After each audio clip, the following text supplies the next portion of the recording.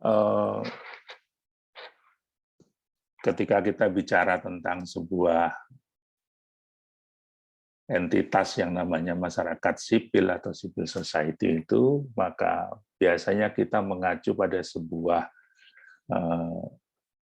kumpulan kelompok organisasi begitu yang terdiri dari beberapa warga negara begitu ya, dan di luar dari negara.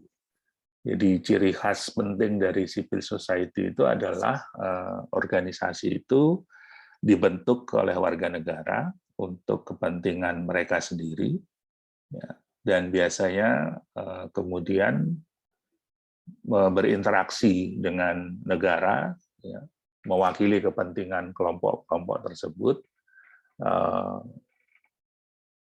yang fungsinya antara lain adalah untuk mengontrol kekuasaan negara, itu satu hal. Di sisi yang lain juga kadang-kadang mereka menyediakan pelayanan yang spesifik untuk warga negara itu sendiri, sehingga kemudian mereka biasanya memiliki suatu aktivitas tertentu yang kemudian menjadi ciri khas dari civil society tersebut. Nah, kehadiran civil society ini tidak bisa dipisahkan dari apa yang disebut dengan konsep demokrasi. Dalam demokrasi modern, civil society itu adalah bagian dari masyarakat yang mengambil peran aktif dalam politik, yang kemudian juga mengambil peran dan fungsi yang efektif untuk mengkritisi ataupun mungkin mencermati, memberikan perspektif yang berbeda antara negara dengan masyarakat. Ya, ini hal yang penting dalam konsep demokrasi pluralis. Biasanya kehadiran civil society ini dianggap sebagai sebuah bentuk dari partisipasi masyarakat dalam politik maupun dalam pemerintahan, di mana mereka kemudian diakui sebagai sebuah kekuatan politik yang efektif untuk mempengaruhi kebijakan-kebijakan publik yang dibuat oleh pemerintah. Nah, dalam pandangan demokrasi pluralis, civil society itu sebetulnya adalah sebuah kekuatan kontrol, ya, sebuah kekuatan yang mengimbangi kehadiran kekuatan-kekuatan politik yang lain. Kalau kalian belajar tentang skema lembaga-lembaga yang ada dalam good governance, itu ada tiga domain, ya, ada domain pemerintah, masyarakat politik. Di situ ada negara, di situ ada partai politik, di situ ada institusi-institusi negara. Kemudian ada domain masyarakat ekonomi, ya, diisi oleh pasar, ya, kepentingan-kepentingan kapital, oligarki, ya. Dan di sisi yang lain ada yang disebut dengan masyarakat sipil yang tidak tunduk pada dua organisasi tersebut. Jadi biasanya masyarakat sipil ini adalah kelompok masyarakat yang tergabung dalam kekuatan civil society yang disebut dengan kelompok ketiga tadi. Nah, biasanya mereka berfungsi untuk mengimbangi dua kekuatan yang sudah ada di dalam negara, yaitu masyarakat politik dan masyarakat ekonomi. Nah, di dalam teori-teori demokrasi, kehadiran civil society ini menjadi sangat penting karena biasanya kehadiran mereka ini yang menumbuhkan budaya politik demokratis, gitu. Bagaimana masyarakat yang tidak memiliki kekuatan politik dan tidak memiliki kekuatan ekonomi itu bisa mengendalikan, mengontrol, dan mempengaruhi kebijakan publik. itulah yang akan kita perhatikan, karena karakteristik civil society ini tentu adalah sebuah kekuatan politik yang menarik untuk dicermati, apalagi dalam perkembangan demokrasi modern saat ini. Nah, secara umum kelompok ini biasanya juga muncul dalam kekuatan-kekuatan politik yang sering kita sebut dengan lembaga swadaya masyarakat. Nah, lembaga swadaya masyarakat ini sebetulnya istilah yang ambigu, yang tidak juga terlalu tepat, atau mungkin juga bisa menimbulkan beragam penafsiran yang mungkin bisa jadi sangat subjektif begitu ya, karena ada kata swadaya di situ yang mungkin bisa menimbulkan tafsiran yang berbeda-beda. Tapi yang ingin dicapai dari lembaga swadaya masyarakat itu tentu ada beberapa hal yang sangat fundamental sesuai dengan karakteristiknya. Ya, antara lain misalnya ketika kita bicara tentang bagaimana mereka membiayai sendiri kegiatannya, ya, atau bagaimana mereka memiliki kemampuan untuk menghimpun kekuatan sehingga mereka bisa disebut sebagai memiliki keberdayaan tertentu ya untuk mengimbangi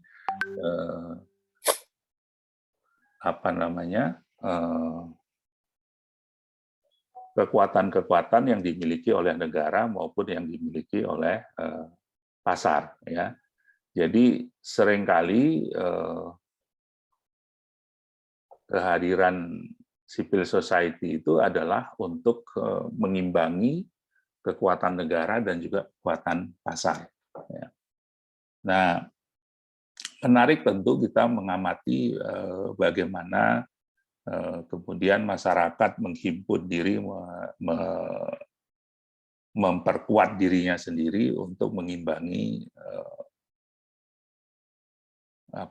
mengimbangi kekuatan-kekuatan dari negara atau pasar. Mungkin belum lama ini kita mungkin melihat satu fenomena yang menarik ya di mana dusun Wadas ya di Purworejo. Nah, di situ kita bisa melihat bahwa ada sejumlah masyarakat yang menolak program pemerintah, terutama yang berkaitan dengan penambangan batu andesit misalnya. Nah, masyarakat yang menolak ini bukan sebuah kekuatan politik yang memiliki pengaruh yang besar di dalam mekanisme pengambilan keputusan di negara.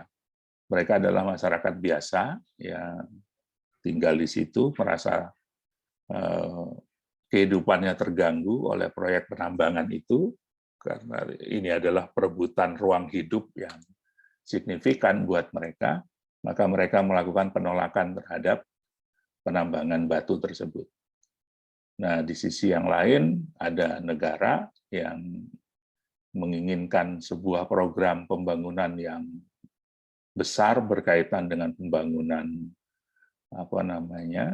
bendungan ya yang memerlukan batu andesit tersebut untuk bahan baku untuk membentuk bendungan tersebut. Nah, terjadi perbedaan kepentingan antara masyarakat yang menginginkan kelestarian politik, kelestarian lingkungannya ya yang berakibat pada kehidupannya, dengan mereka yang berusaha mengambil keuntungan dengan menambang batu andesit di daerah itu yang kemungkinan besar akan menimbulkan kerusakan lingkungan. Maka terjadi perlawanan, dan perlawanan itu berbagai macam cara dilakukan oleh masyarakat sipil, antara lain melakukan gugatan walaupun kalah ya di pengadilan, melakukan perlawanan dalam bentuk menghambat proses pengukuran tanah dan sebagainya. Itu adalah bentuk-bentuk bagaimana masyarakat sipil melakukan kendali, melakukan kontrol terhadap kekuatan politik yang lebih besar, dalam hal ini negara di satu sisi, dan mungkin juga modal di sisi yang lain, karena mungkin pertimbangan menambang batu andesit di Dusun Wadas itu adalah pertimbangan jarak ya, dengan proyek yang tidak terlalu jauh, sehingga kemudian kalau dilakukan penambangan di situ, maka biaya pengangkutan tidak terlalu mahal. Dan itu menguntungkan bagi pengusaha yang kira-kira mungkin akan mendapat untung lebih besar karena jarak itu. Sisi yang lain tentu ada kepentingan masyarakat yang berbeda tentang lingkungan hidup, di mana mereka pada umumnya adalah orang yang bekerja sebagai petani, dan petani tentu membutuhkan lingkungan hidup yang lebih kondusif untuk bisa menghasilkan produksi pertanian yang menguntungkan mereka. Dan tentu tidak mudah bagi mereka juga dipindah ke tempat lain yang dalam tanda petik tentu mungkin menimbulkan problem bagi mereka untuk bisa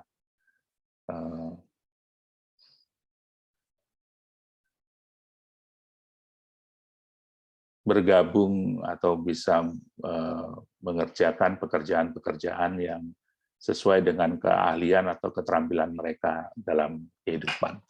Itu adalah contoh bagaimana civil society hadir sebagai sebuah kekuatan politik, melakukan kontrol, melakukan perlawanan, melakukan gerakan yang mengimbangi kekuatan politik dari negara, dan juga kekuatan dari masyarakat, ekonomi yang mungkin akan mengambil keuntungan dari sebuah peristiwa. Nah, saudara-saudara, kira-kira kuliah kita menyangkut tentang hal-hal seperti itu ya. Kita akan mempelajari bagaimana masyarakat sipil itu terbentuk, kemudian bagaimana dia berinteraksi dengan negara, bagaimana dia berhadapan dengan pasar, bagaimana kemudian dia diakui sebagai sebuah kekuatan politik yang dalam tanda petik menjadi pengimbang dari dua kekuatan politik yang lain ya. Dan itu yang mungkin akan menjadi bahan pertimbangan kita. Kita akan mempelajari juga karakteristik mereka ya. Bagaimana organisasinya dan bagaimana mereka menggunakan perlawanan-perlawanan dalam negara-negara demokrasi, ya. Bagaimana mereka mempertahankan diri, memperkuat diri dan sebagainya. Itu yang menjadi bagian dari kajian kita dalam dalam studi tentang civil society. Saudara-saudara, ada beberapa komponen penilaian di mata kuliah ini yang mungkin akan sangat berpengaruh terhadap hasil akhir dari kuliah ini, terhadap nilai Anda.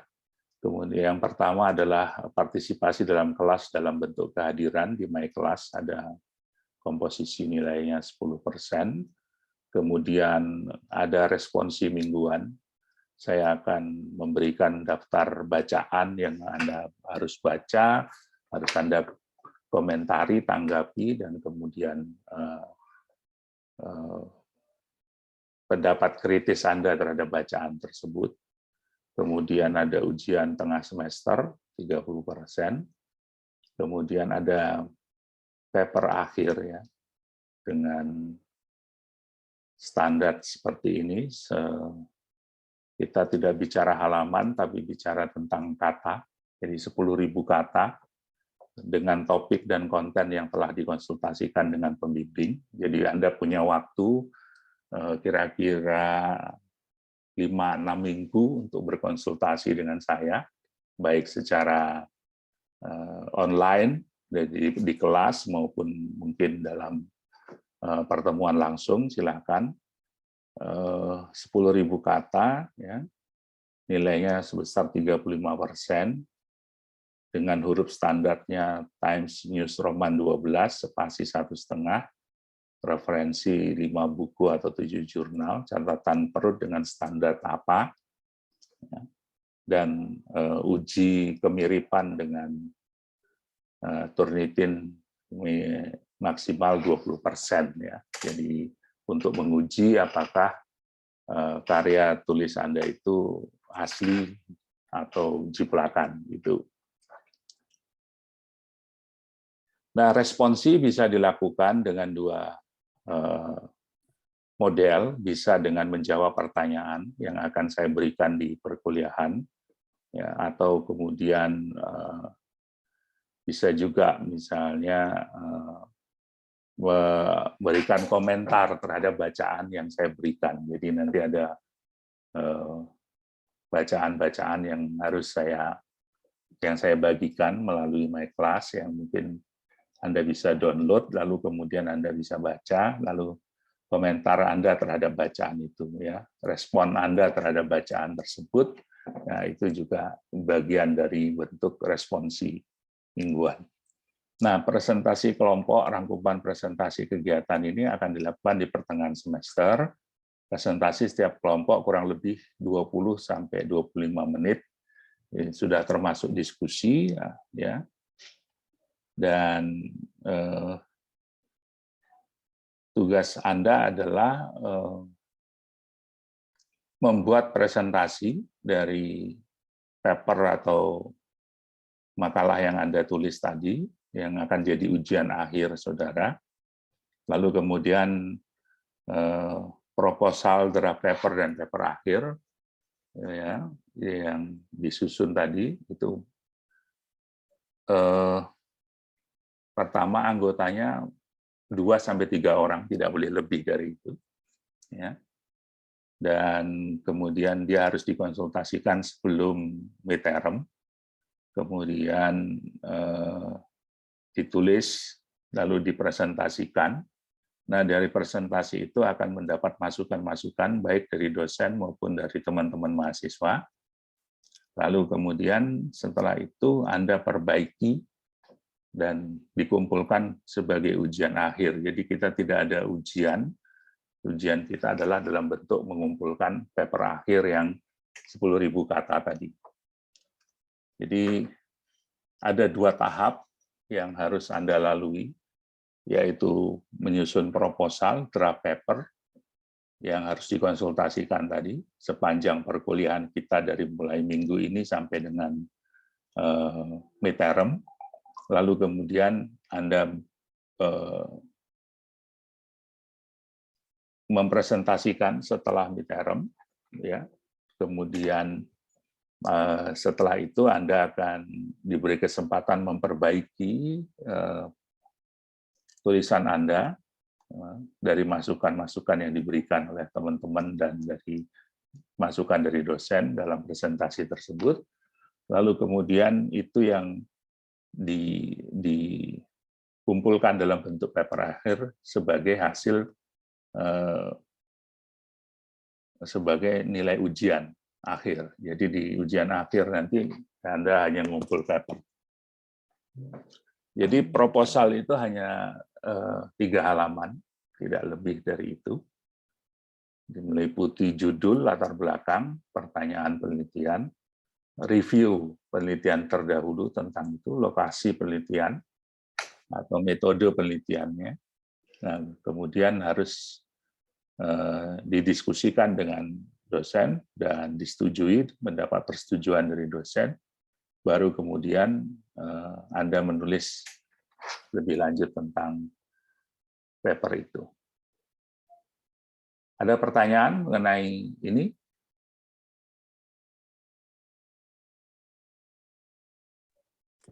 Permisi Pak Bambang. Ya.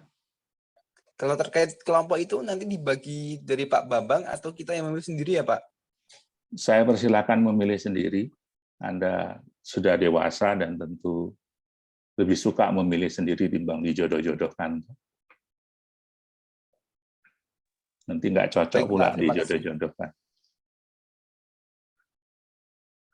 Jadi minimal 2 orang, maksimal 3 orang.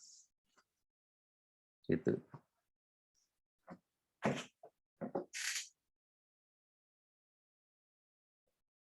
Jadi paper akhir itu adalah paper kelompok, ya.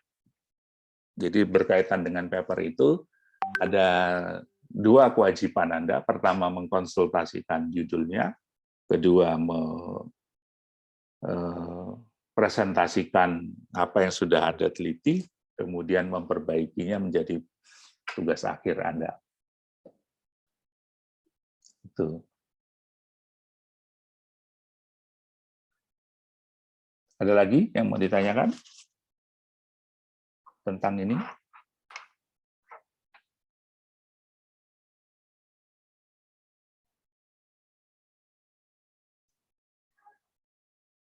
Nah, rencana perkuliahan kita kira-kira minggu pertama ini kita akan bicara tentang silabus, roadmap perkuliahan kita.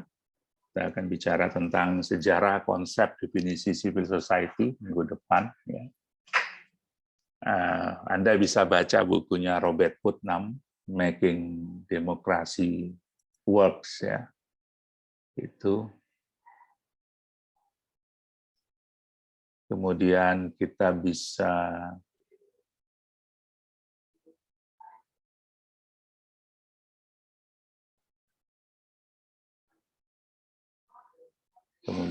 akan bicara tentang itu juga dari perspektif Eropa, ya, bagaimana pertumbuhan civil society di Eropa.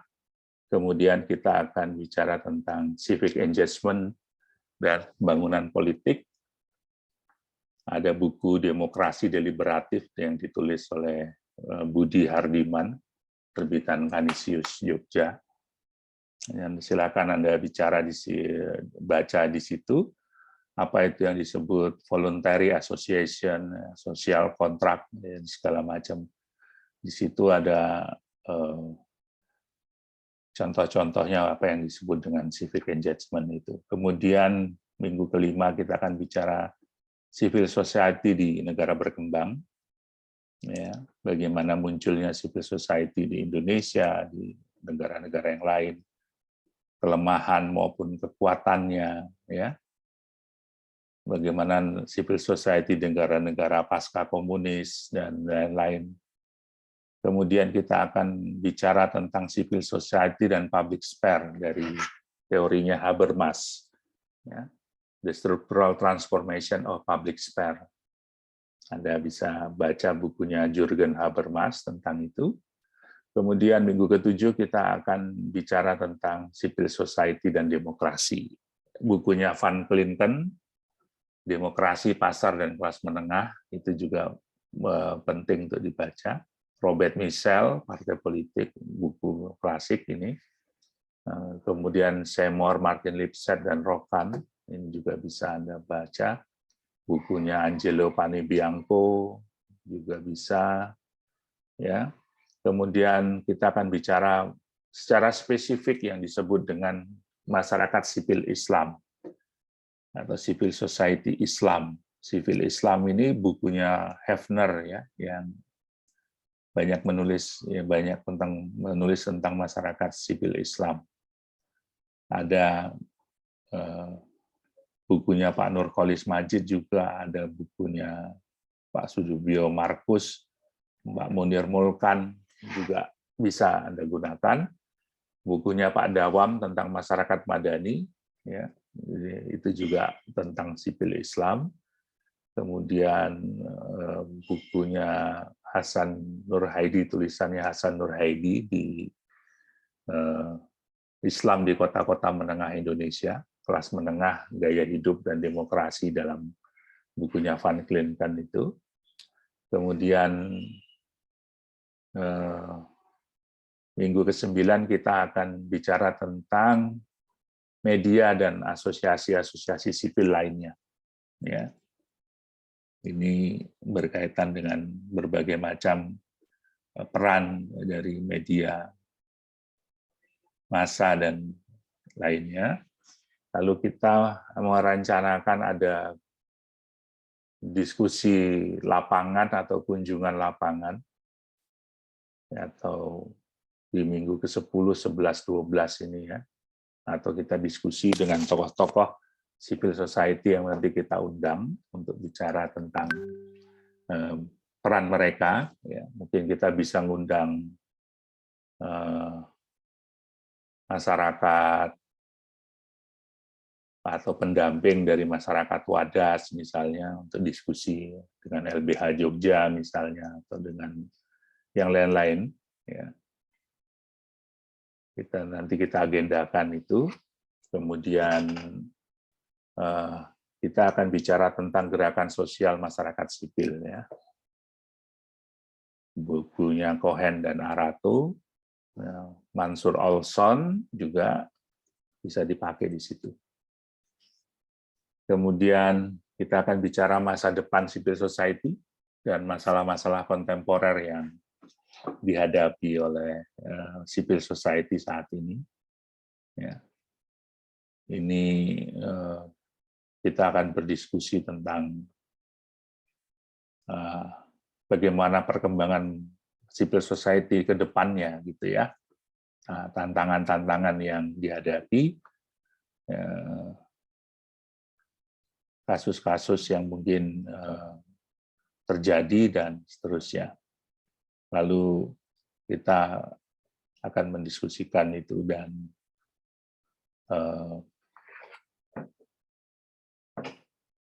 kira-kira begitu rancangan perkuliahan kita dan mungkin nanti setelah midterm di sela-sela itu kita akan mendiskusikan paper-paper saudara, mendapatkan masukan. Nah, untuk diskusi tentang paper-paper itu, silakan saudara nanti mendaftarkan siapa yang siap terlebih dahulu. Saya tidak akan menyuruh-nyuruh siapa yang maju lebih dahulu, yang siap lebih dulu untuk diskusi, silakan Anda bikin presentasinya, Anda rekam presentasinya, lalu di-share dengan teman-teman yang lain, sehingga kemudian kita bisa mendiskusikan presentasi saudara. Itu poinnya. Baik, saya kira itu rancangan perkuliahan kita. Mungkin ada yang perlu ditanyakan sebelum kita lanjut lebih lanjut.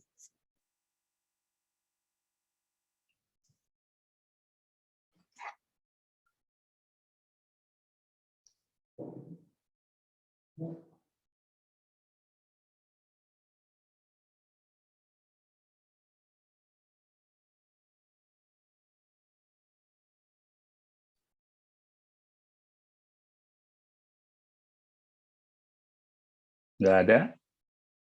Sudah jelas?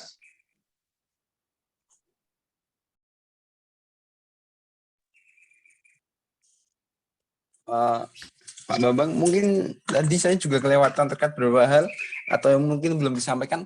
Kalau terkait proposal penelitian dan paper kan butuh tema dan sebagainya. Nah, untuk ketentuan tema, judul dan sebagainya itu nanti gimana ya, Pak? Anda cari sendiri. Oh gitu. Anda pilih sendiri.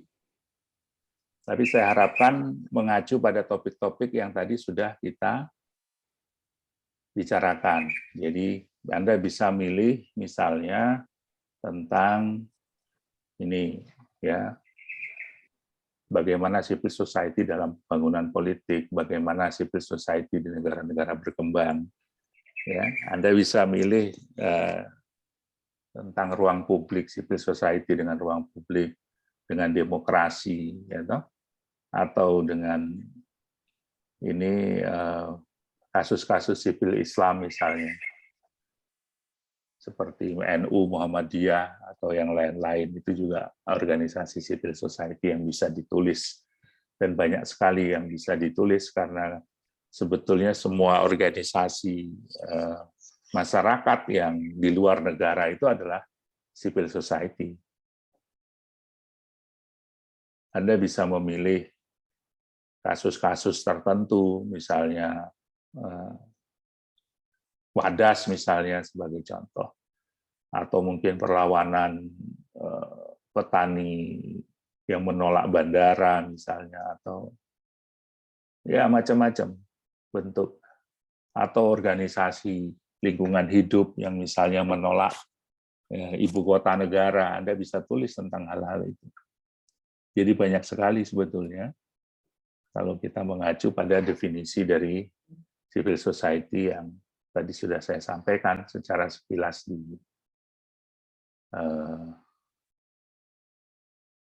di depan, ya. Pak Bambang, Ya. saya sebelumnya minta izin Pak, nanti apakah bisa file yang ini di-share ke grup Pak? Nanti saya share di di My Class, lalu kemudian saudara bisa download di situ. Di sisi yang lain, kemudian saudara harus presensi di My Class ya, jangan lupa. Itu nanti bikin repot kalau lupa. Baik Pak, terima kasih Pak. Ya.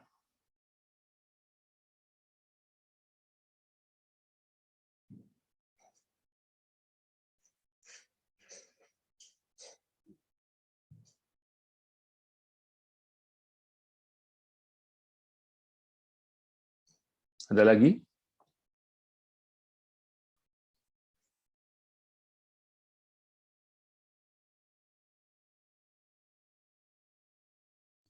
Mungkin cukup Pak. Cukup.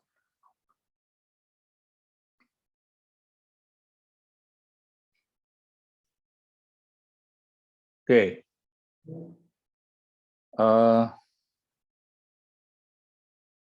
Kalau tidak ada, kita akan masuk ke topik tentang apa itu civil society. Ya. Jadi secara sederhana, civil society itu adalah kelompok-kelompok otonom, asosiasi-asosiasi masyarakat, ya, yang berfungsi sebagai penyangga antara masyarakat dengan negara.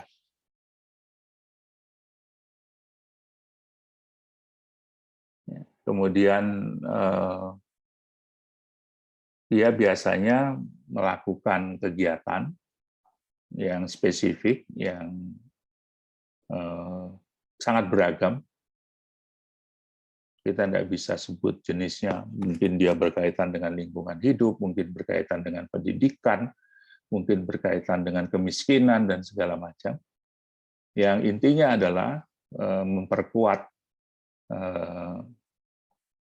warga masyarakat berhadapan dengan kekuatan atau mengimbangi kekuatan negara dan pasar.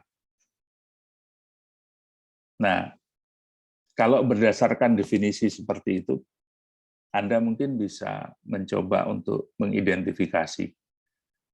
Silakan coba siapa yang kira-kira bisa menyebut apa kira-kira ciri khas civil society itu yang mungkin ada di Indonesia, yang mereka itu menjalankan fungsi seperti yang tadi saya jelaskan, yaitu menjadi buffer, menjadi penyangga antara negara dengan masyarakat, sehingga kemudian dia lebih berfungsi sebagai penengah, ya, lebih berfungsi sebagai perantara, sebagai pihak yang memediasi, memoderatori, gitu ya, kekuatan politik negara dengan masyarakat pada umumnya. Barangkali ada yang bisa menjelaskan contohnya yang seperti itu.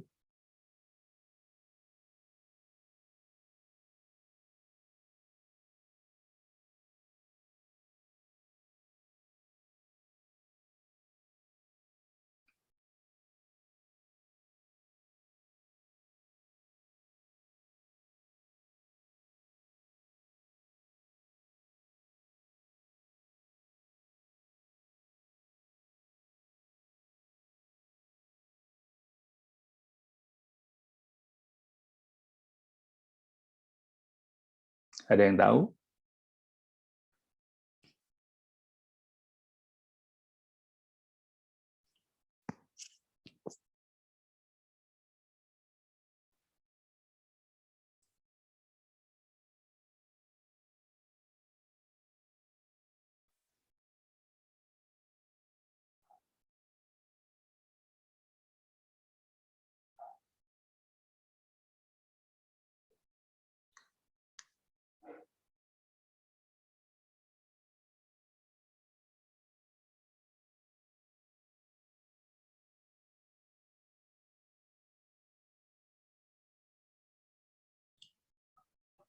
izin menjawab, Pak. Silakan, Mas Satria. Mungkin menurut saya ini, Pak, Mm-mm. kalau berdasarkan dari penjelasan Bapak tadi, lembaga bantuan hukum atau LBH itu juga termasuk dalam civil society, Pak. Iya. Dia Karena organisasi masyarakat, toh, bukan punya negara. Toh. iya, Pak. Karena menurut saya mereka itu lebih kayak memberi bantuan secara sukarela untuk memperjuangkan untuk bukan lebih memperjuangkan dan menyelaraskan antara kebijakan pemerintah atau orang-orang pemerintah dengan masyarakat, Pak. Mungkin sekian, Pak. Iya.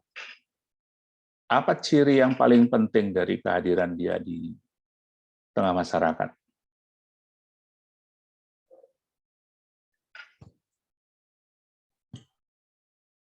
Kalau menurut saya, Pak, ciri paling penting dari LBH itu adalah mereka itu sebagai penjembatan, Pak, agar pemerintah itu tidak semena-mena dan sekaligus masyarakat juga bisa dapat berbicara tentang hak-hak mereka, Pak.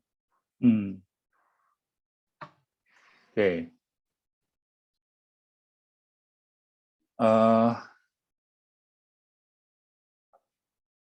Sebagai jembatan. Ini yang ingin saya jelaskan. Kelihatan belum ya? Sudah, Pak. Sudah ya. Ya, sebagian dari civil society itu adalah aktor intermediari. Jadi dia menjadi ya penghubung ya, penjembatan tadi bisa lah gitu. Di negara modern, keberadaan civil society sebagai kekuatan politik kewarganegaraan, political society, atau juga keberadaan hak politik warga sipil di hadapan kekuatan militer. Ini katanya Pak Mansur Fakih, almarhum. Jadi dia adalah aktor intermediari. Kemudian yang kedua, civil society menjadi penghubung dengan level politik formal kenegaraan. Jadi gini, masyarakat itu ya tidak semua ya, tidak punya keterampilan secara khusus berhubungan dengan politik formal kenegaraan. Jadi mereka mungkin tidak puas mau melawan, tapi tidak punya keterampilan khusus untuk berhubungan dengan politik formal kenegaraan. Masyarakat wadas misalnya, kalau nggak dibantu oleh LBH, mereka tidak akan mampu mengajukan gugatan ke PT UN, ya kan? Jadi ketika dia berhubungan dengan negara secara langsung, maka dia memiliki keterbatasan kemampuan. Tidak memiliki keahlian spesifik yang mungkin diperlukan untuk. Jadi banyak orang bilang, kenapa nggak digugat ke pengadilan? Digugat mbahmu kui, gitu. Mereka nggak ngerti caranya. Maka harus ada kekuatan yang menjembatani. Nah, dalam fungsi-fungsi inilah kemudian yang disebut dengan fungsi intermediari itu. Nah, dalam fungsi intermediari ini, banyakkan civil society itu menjalankan fungsi yang disebut advokasi untuk kelompok yang kesulitan menghadapi negara, atau menjadi fasilitator bagi kepentingan pihak yang diperintah, ya, dan yang paling parah menderita kesulitan menghadapi negara. Jadi biasanya civil society itu hadir ketika negara dan masyarakat berhadapan-hadapan. Gitu. Karena kan petani-petani ya seperti di Dusun Wadas itu tidak mungkin kan disuruh bikin gugatan judicial review ke MK misalnya. Ya kan? Maka biasanya kelompok civil society itu adalah orang-orang dari kelas menengah, terdidik, dari kalangan masyarakat perkotaan yang memiliki kepedulian, concern, gitu, untuk membantu mereka yang paling menderita, yang paling parah, paling menderita menghadapi kekuatan negara. Ini yang paling sering terjadi.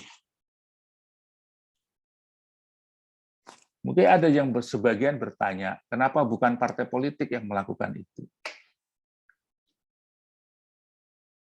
Kenapa bukan partai politik yang melakukan pembelaan terhadap masyarakat ya di luar negara? Padahal mereka berkepentingan toh. Siapa kira-kira yang bisa jawab?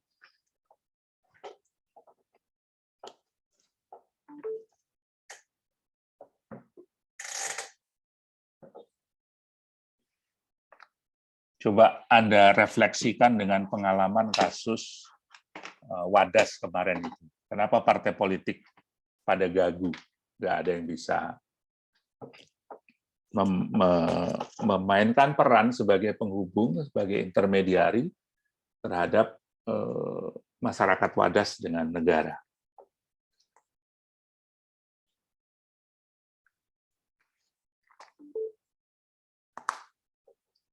Ada yang bisa membuat ini semacam apa namanya, analisis.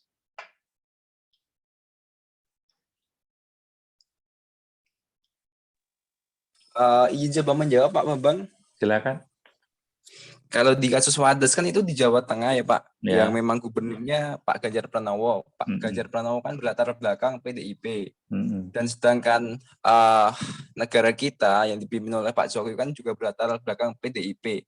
Nah mungkin memang dari awal itu kan juga ada berlatar belakang sama PDIP. Dan mungkin partai politik kan memang untuk merebut kekuasaan ya Pak, untuk kekuasaan. Nah jadi ketika ada kasus Wadas dan sebagainya, partai politik dengan berlatar belakang sama PDIP ya menjadi ya udah keputusannya Pak Ganjar sama Pak Jokowi seperti itu. Dan partai PDIP mereka pun juga Pak Ganjar dan Pak Jokowi juga kiblatnya ke partai gitu nggak sih Pak? Jadi ya memang ada kesenjangan. Tapi kan ada partai oposisi, PKS misalnya. Kenapa juga nggak memainkan peran itu kira-kira? Saya izin masuk Pak. Menurut saya mereka itu kayak masih kayak kekurangan akan kekuatannya Pak. Jika mereka harus berhadapan langsung Pak. Iya. Mereka akan kalah dalam segi kekuatan Pak. Mungkin itu yang dapat saya sampaikan Pak. Atau mungkin alasan lain, partai nggak luas ya. Struktur partai itu nggak luas ketika harus membela masyarakat secara langsung seperti itu. Mereka tidak terbiasa gitu, tidak terbiasa menggunakan itu. Jadi beda dengan civil society karena mereka lebih memiliki kepedulian, ya, lebih memiliki apa namanya, semangat kesukarelaan gitu, sehingga kemudian lebih mudah buat mereka bergerak begitu ya. Sementara partai kan mungkin butuh instruksi, butuh anggaran, butuh macam-macam yang membuat mereka juga menjadi tidak luas juga berhadapan dengan masyarakat. Apalagi kemudian di lapis yang paling bawah, yaitu mungkin juga bisa menjadi pertimbangan melihat itu. Kemudian partai-partai yang di dalam koalisi pemerintah tentu ya gagap ya kan. Masa ngeritik pemerintah sendiri yang dia dukung? Ya toh? Maka kita bisa mengatakan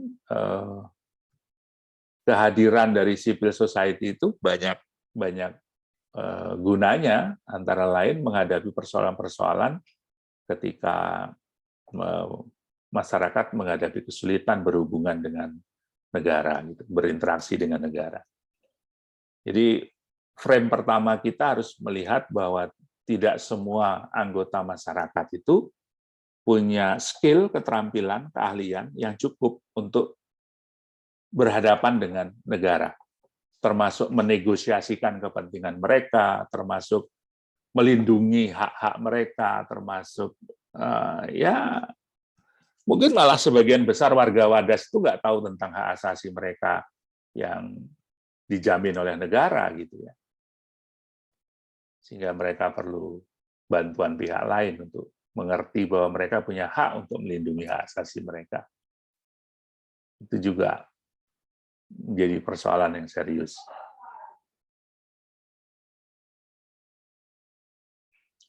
Nah, kenapa kita belajar civil society? Sebetulnya yang paling penting dari gagasan civil society itu adalah dia berhubungan erat dengan ide demokrasi, isu kebebasan sipil, hak-hak sipil, hak-hak politik sipil, dan kehidupan yang multikultural.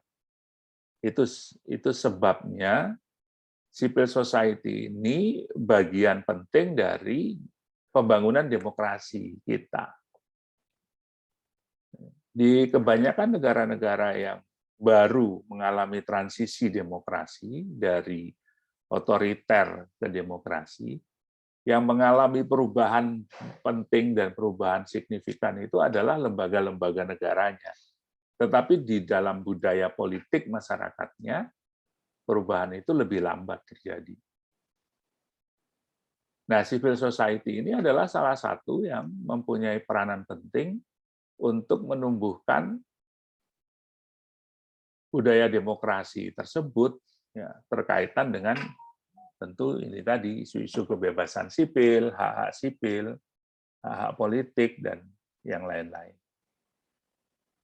Nah, dalam posisi seperti ini tentu belajar civil society itu juga berhubungan erat dengan bagaimana kita mendorong masyarakat kita menjadi warga negara yang bertanggung jawab, gitu. Mendorong masyarakat kita menjadi warga negara yang memahami proses-proses politik dan tidak sekedar menjadi subjek politik yang kemudian bisa dikendalikan, diarahkan, diatur dengan kekuatan-kekuatan uang dan segala macam. Nah, di sini pekerjaannya penting, jadi civil society itu menjadi sebuah masalah yang...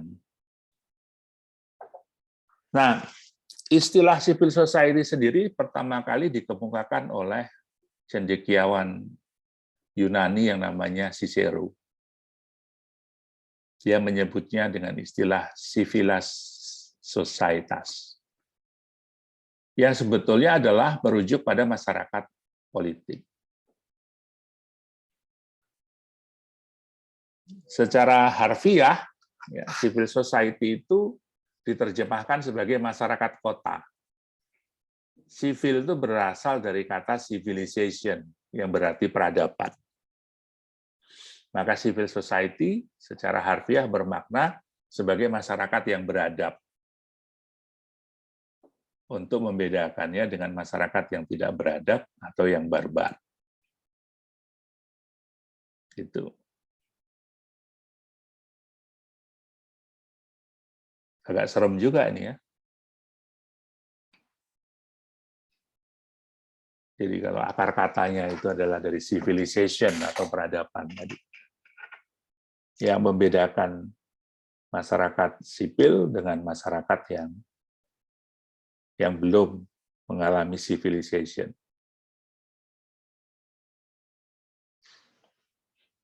Nah, John Locke melihat konsep civil society dan mendefinisikan civil society itu sebagai masyarakat politik yang merupakan hasil dari kontrak sosial.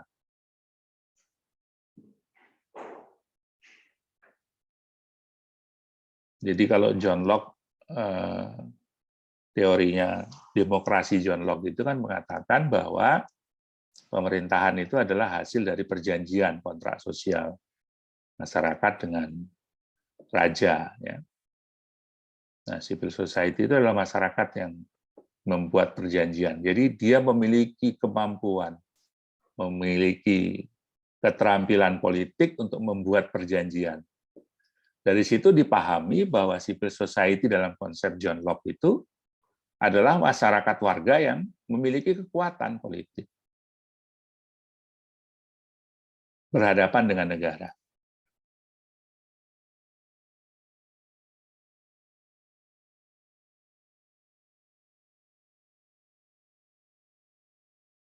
Jadi civil society dipahami sebagai negara yang memiliki kekuatan politik untuk mengatur kehidupan masyarakat. Nah, dalam konteksnya John Locke ini, perjanjian sosial, kontrak sosial John Locke itu, masyarakat mampu membuat perjanjian dengan raja.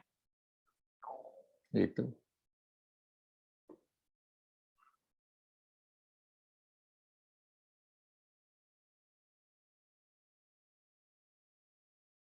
Jadi dia bukan lagi kawulo kepada rajanya, tapi menjadi warga.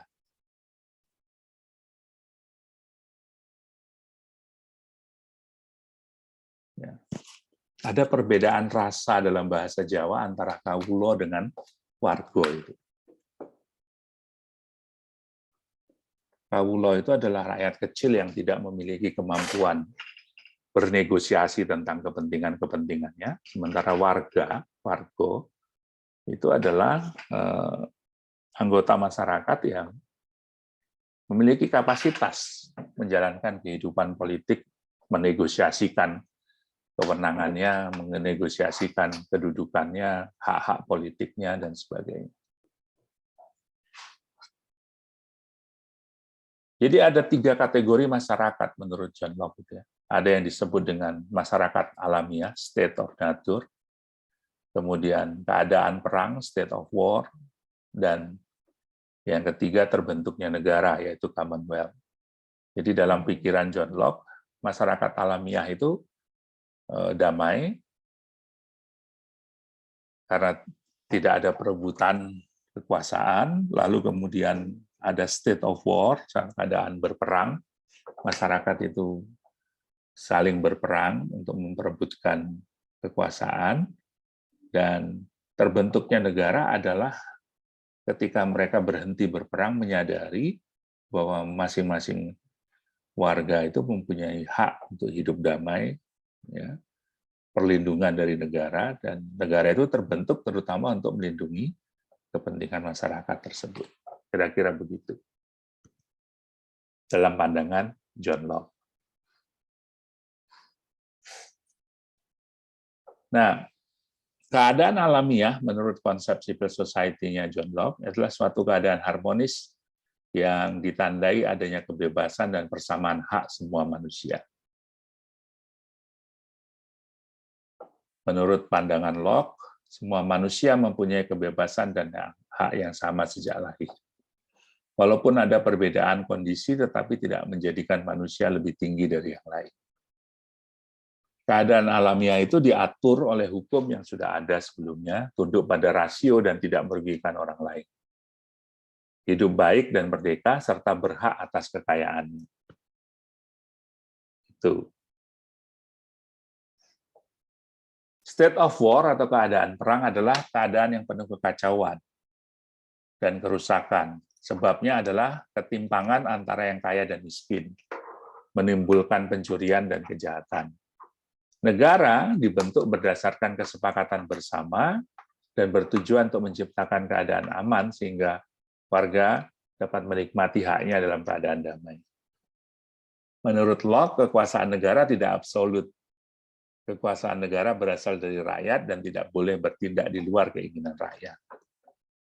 Kekuasaan negara terbatas dan tidak mutlak. Karena itu negara dalam konsepnya Locke itu seperti penjaga malam untuk menjaga supaya tidak terjadi kekacauan. Nggak boleh campur tangan di urusan-urusan yang spesifik. Urusan-urusan warga. Ya. Menurut John Locke, negara merupakan hasil kesepakatan masyarakat untuk membentuk civil society atau political society melalui perjanjian asli atau original compact. Jadi civil society merupakan masyarakat yang memiliki kekuatan politik yang terwujud dalam negara untuk melindungi hak dasar, terutama hak milik. Nah, ini yang paling penting.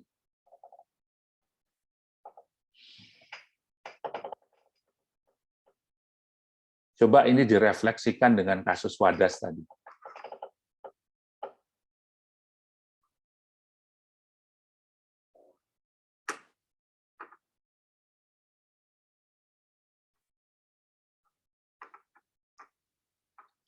Masyarakat yang memiliki kekuatan yang terwujud dalam negara untuk melindungi hak-hak dasar mereka, terutama hak milik.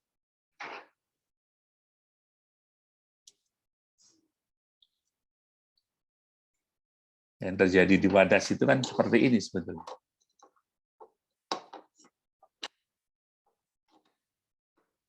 Masyarakat Wadas itu ya, berusaha melindungi hak dasar mereka yang disebut dengan hak milik.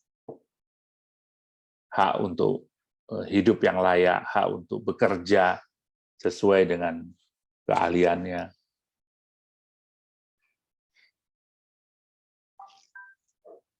Bagi sebagian orang mungkin gampang aja mengatakan, kenapa nggak pindah aja dari situ? Petani itu nggak gampang pindah-pindah. Tanahnya ada di situ.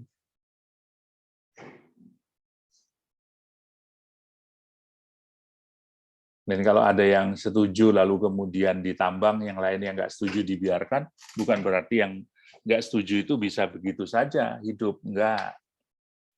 Karena ekosistem itu saling tergantung. Kalau ada bagian yang dirusak, bisa jadi daerah mereka yang lain juga berpotensial tidak bisa ditanami. Ya, mereka nggak bisa hidup, kan begitu. Jadi kasus Wadas itu sebetulnya adalah pertarungan ruang hidup.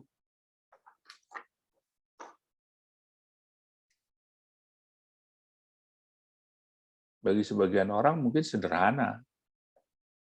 Kan diganti rugi, dikasih duit. Nggak sesederhana itu.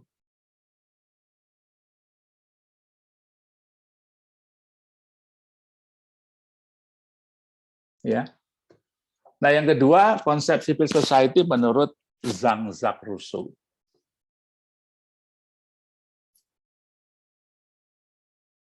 Rousseau adalah ilmuwan dari Perancis yang menulis buku Kontrak Sosial.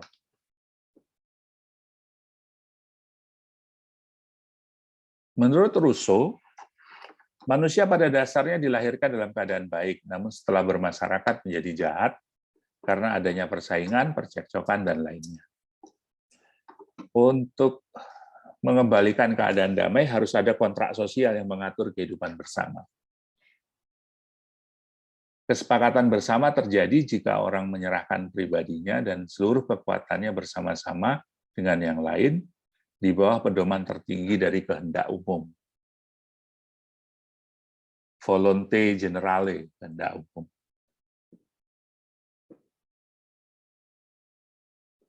Menurut Rousseau, kehendak umum itu berbeda dengan kehendak semua orang. Kehendak semua orang adalah keputusan suara terbanyak yang belum tentu mencerminkan kehendak umum. Kehendak umum mencerminkan kepentingan umum. Tidak dapat tersesat karena selalu mengikuti hal-hal yang benar. Kehendak umum terkait dengan kedaulatan hukum. Jadi yang disepakati, kata Rousseau, itu adalah volonté générale, itu kehendak umum. Bukan suara terbanyak.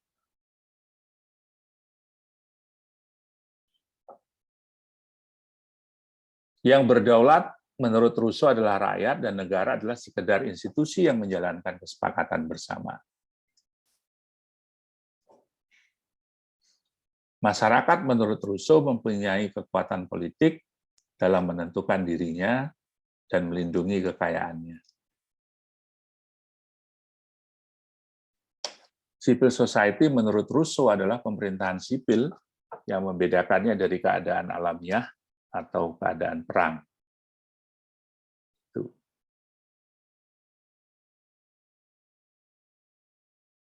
Yang ketiga, konsep dari civil society dari Hegel.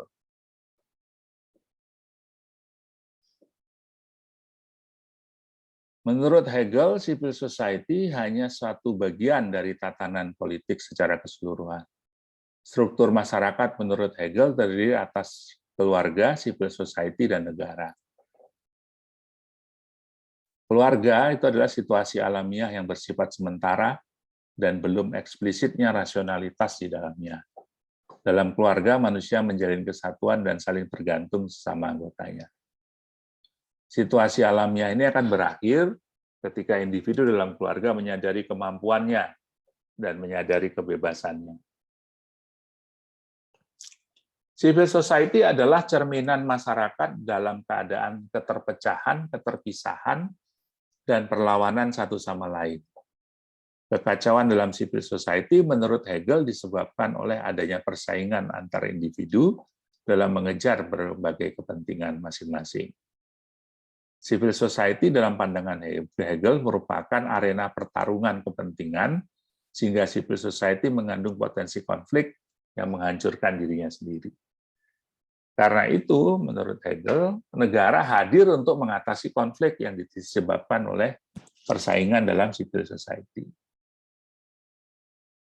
Civil society berhadapan dengan negara, negara merupakan pengejawantahan rasionalitas dan kebebasan. Tanpa negara, keadaan tidak menentu dan tanpa arah. Dengan adanya negara, kedaulatan terpusat pada negara sehingga kekacauan bisa diatasi dan hukum bisa ditegakkan. Hegel mengandaikan negara yang ideal, terhindar dari despotisme, terhindar dari otoritarianisme, karena dengan adanya negara, individu menikmati kebebasan yang utuh dan untuk mencapai rasionalitas. Negara menurut Hegel menjadi tempat tumbuhnya nilai-nilai kebaikan dan memelihara segala kepentingan yang dibutuhkan manusia. Ini pandangan Hegel terhadap civil society. Jadi civil society menurut Hegel itu buruk, ya. Negara itu hadir mengatasi kekacauan yang ditimbulkan oleh civil society. Nah, berbeda dengan Hegel, Karl Marx melihat civil society itu adalah masyarakat yang berkelas-kelas yang saling bertentangan.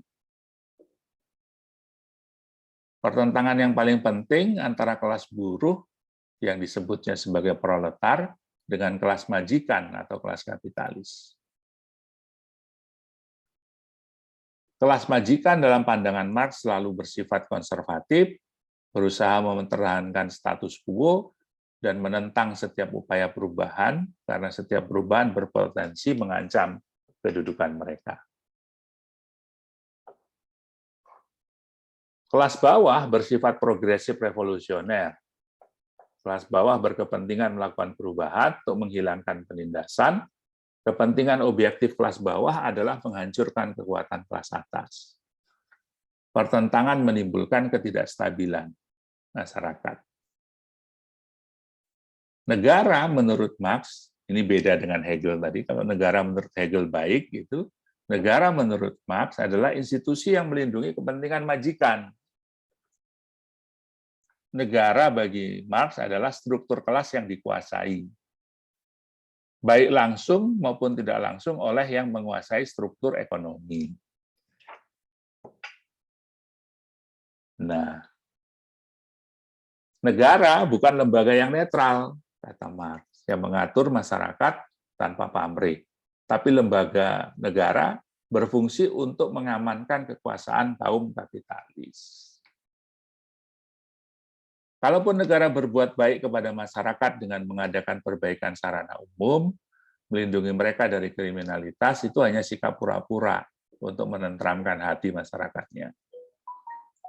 Jadi sebenarnya negara hanya mengelabui kelas buruh untuk mengalihkan perhatiannya dari tuntutan perubahan yang fundamental.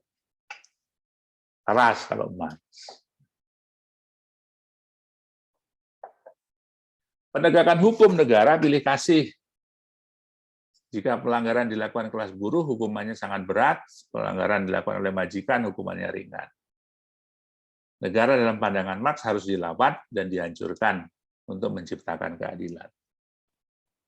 Jadi masyarakat yang terbaik adalah masyarakat tanpa kelas, di mana tidak ada lagi yang memiliki harta dan alat produksi pribadi, sehingga tidak ada kesenjangan sosial akibat penguasaan alat produksi. Dalam pandangan Marx, civil society juga tidak diperlukan. Tuh. Karena civil society menimbulkan pertentangan tadi. Sekarang kita bicara konsepnya Gramsci tentang civil society. Civil society bukan hanya mewadahi kepentingan individu, tetapi juga terdapat organisasi-organisasi yang berusaha melayani orang banyak. Seperti Locke dan Rousseau misalnya, Gramsci melihat atau berpendapat civil society memiliki potensi untuk mengatur dirinya sendiri secara rasional dan mengandung unsur kebebasan. Civil society menurut Gramsci merupakan kekuatan untuk menjadi benteng atas hegemoni kelas borjuis dan negara. Jadi dalam pandangan Gramsci, civil society itu penting untuk melawan hegemoni kaum kapitalis dan negara.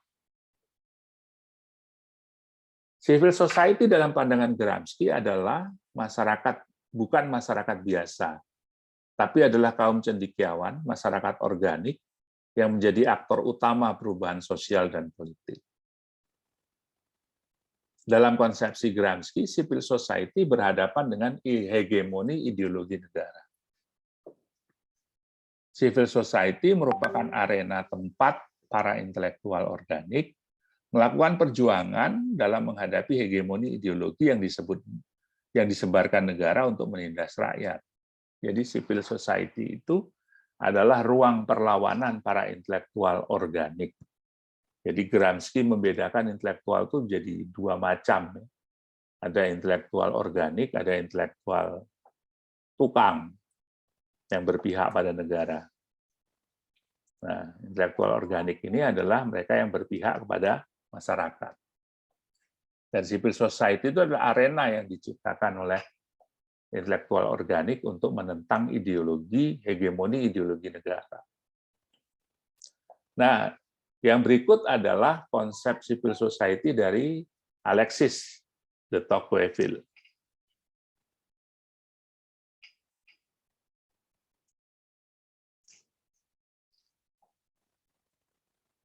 Alexis de Tocqueville memahami civil society sebagai masyarakat plural, mandiri, mempunyai kekuatan politik, dan mampu mengimbangi serta mengontrol negara.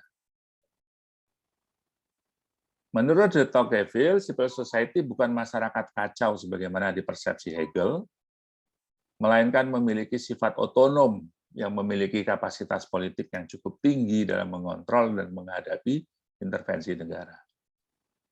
Bagi Tocqueville, civil society adalah sumber legitimasi negara dalam menciptakan tatanan masyarakat yang baik dan mencegah potensi konflik.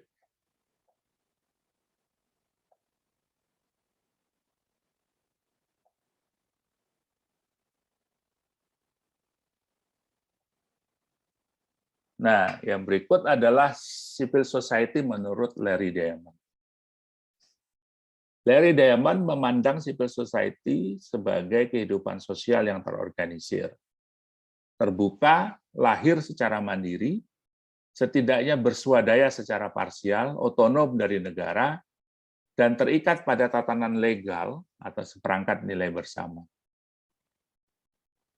Civil society secara esensial berorientasi pasar, sehingga para aktor di dalamnya mengakui prinsip-prinsip otoritas negara dan rule of law. Agar bisa tumbuh dan berkembang dan mendapat jaminan rasa aman, ia membutuhkan perlindungan dari tatanan hukum yang terlembagakan. Sehingga masyarakat sipil tidak hanya membatasi kekuasaan negara, tapi juga melegitimasi otoritas negara sepanjang otoritas itu berdasarkan rule of law. Ini pandangan dari Larry Diamond. Nah, saudara-saudara, dari sekian banyak ahli yang saya paparkan dalam konsep civil society ini, Anda bisa melihat terjadi evolusi, ya, evolusi perubahan, pemahaman, pemaknaan tentang civil society itu sesuai dengan pengalaman dari para ahli melihat perubahan-perubahan politik yang terjadi di sekitar. Gitu. Jadi kita bisa melihat di awalnya orang melihat civil society seperti apa, lalu mengalami perubahan seperti apa, dikritisi seperti apa, lalu kemudian menemukan model-model yang lebih baru dalam konteks hubungan antara civil society dengan negara. Demikian yang berkaitan dengan konsep civil society ini. Barangkali ada yang mau ditanyakan.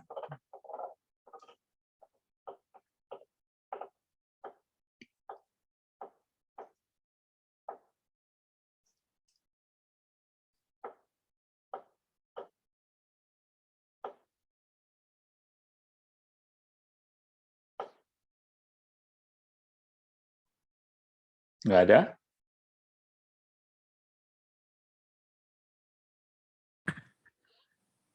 Cukup, Pak. Oke. Kalau cukup, silakan nanti setelah ini Anda merangkum dari pandangan ini semua nanti, menurut saudara, ya, civil society itu apa sebetulnya? Makhluk apa sebetulnya? Nanti pertanyaan itu dijawab di My Class ya. Nanti saya buatkan forum untuk menjawab itu sebagai respon terhadap kuliah kita hari ini, responsi kuliah hari ini. Jadi jelaskan menurut kalimat saudara sendiri, definisi civil society itu seperti apa. Oke? Paham? Paham, Pak. Pak Bambang, Ya, boleh tanya nggak Pak terkait Boleh. tadi materi? boleh. Itu Pak, semisal kita tarik ke belakang, itu kan ada HTI, FPI. Mereka kan juga organisasi masyarakat, mereka juga organisasi yang mementingkan kepentingan masyarakat, yang mungkin menurut mereka. Nah, itu tuh juga masuk ke civil society, tidak toh Pak? Atau gimana Pak? Iya.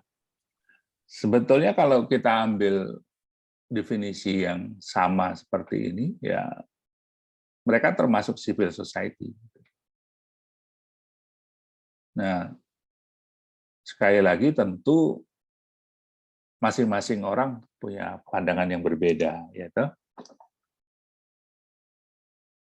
Mereka yang memakai teorinya Larry Diamond seperti ini mengatakan, ya kalau civil society tentunya harus patuh pada rule of law, kan begitu.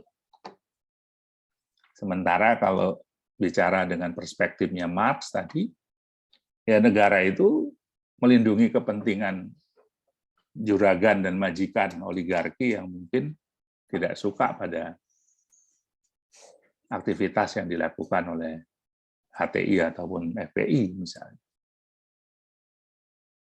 Jadi ya perspektifnya bisa macam-macam. Tapi secara umum bahwa mereka adalah sebuah organisasi yang mandiri, punya kemampuan swadaya meskipun parsial, katakanlah begitu, otonom dari negara, punya nilai bersama, saya kira mereka termasuk dalam pengertian civil society.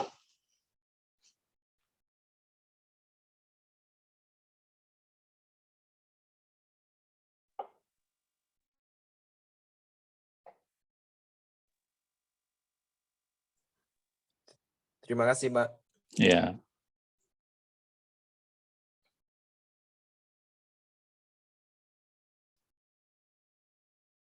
Ada lagi yang lain?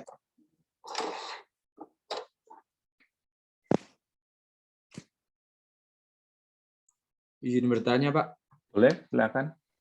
Mas Agil. Tadi awal disebutkan bahwa kelompok yang sulit menghadapi negara. Kalau di Indonesia yang negara demokrasi itu biasanya terjadi karena apa ya, Pak? Yang paling sering karena tidak memiliki keterampilan yang cukup untuk menggunakan keterampilan dan keahlian untuk menggunakan instrumen-instrumen demokrasi yang disediakan oleh negara. Itu biasanya. Tapi yang lebih penting lagi biasanya, mereka yang terpinggirkan itu biasanya tidak punya akses sumber daya yang cukup. Sumber daya ekonomi, politik, maupun yang lain-lain.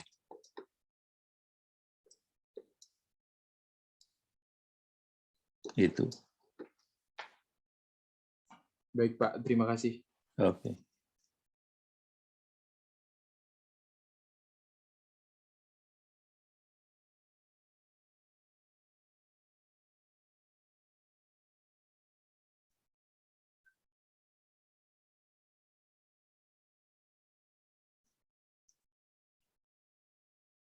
Ada lagi?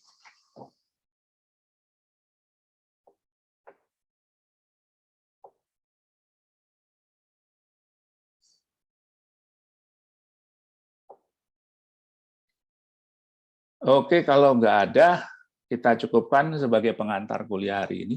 Nanti materi ini akan saya share di MyClass ya, dan juga akan saya share silabus tadi di MyClass.